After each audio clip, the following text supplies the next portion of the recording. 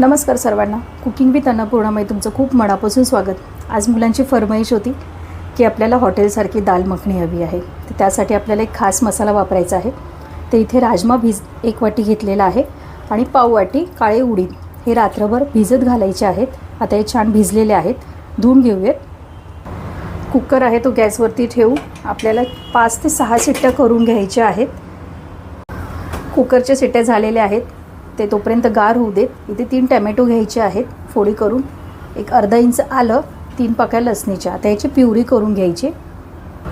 इथे एका भांड्यामध्ये तेल गरम करायला ठेवायचं आहे 4 चमचे. त्यामध्ये टमॅटो प्युरी घालून घ्यायची.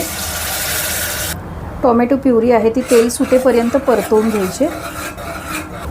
इथे 1 ग्लास दूध घ्यायचं आहे आणि सुहानाचं दाल मखनी मसाला मिक्स. आता हे पॅकेट फोडून घेऊयात.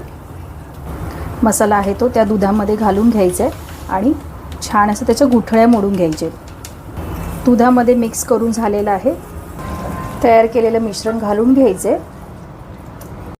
इथे मिश्रणाला उकळी आलेली आहे. त्यामध्ये आता राजमा आणि काळे उडीद घालून घ्यायचे. 1 चमचा अमूल बटर घालून घ्यायचे आणि उकळू द्यायचे. कसुरी मेथी घालून घ्यायचे, हातावर थोडी रगडायची. कोथिंबीर घालून घ्यायची. ह्यामध्ये मिठाची गरज लागत नाही, का तर त्या मसाल्यामध्ये सर्व मिक्स असते. दाल मखनी आहे ती आपली रेडी झालेली आहे. गॅस बंद करून घेऊयात. सर्वात शेवटी गार्निशिंगसाठी इथे आपल्याला फ्रेश क्रीम घालून घ्यायची. अगदी हॉटेलसारखीच आपल्याला टेस्ट घरीसुद्धा मिळू शकते.